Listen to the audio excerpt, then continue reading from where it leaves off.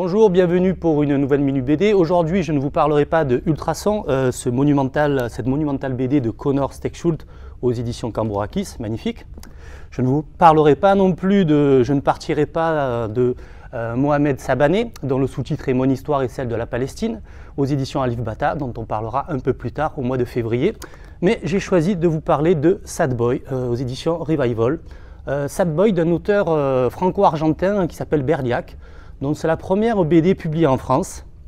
Et on suit ce personnage assez tourmenté, qui est ici, dont l'enfance a été très difficile et dont l'adolescence le pousse à la délinquance et forcément à la case de prison. Donc pour échapper à cette condition-là, à sa condition, il choisit l'art. Donc il veut devenir artiste contemporain. Mais par contre, un artiste contemporain assez particulier puisqu'il ritualise le vol. Il utilise le vol comme un objet de consommation. Donc il le met en scène, il le scénographie dans des galeries d'art. Voilà, donc un ouvrage assez singulier, je dois dire.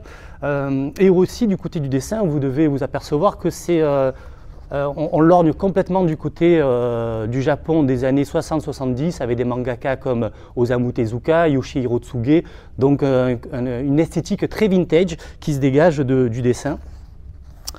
Une BD donc fortement post-moderne, mais qui peut aussi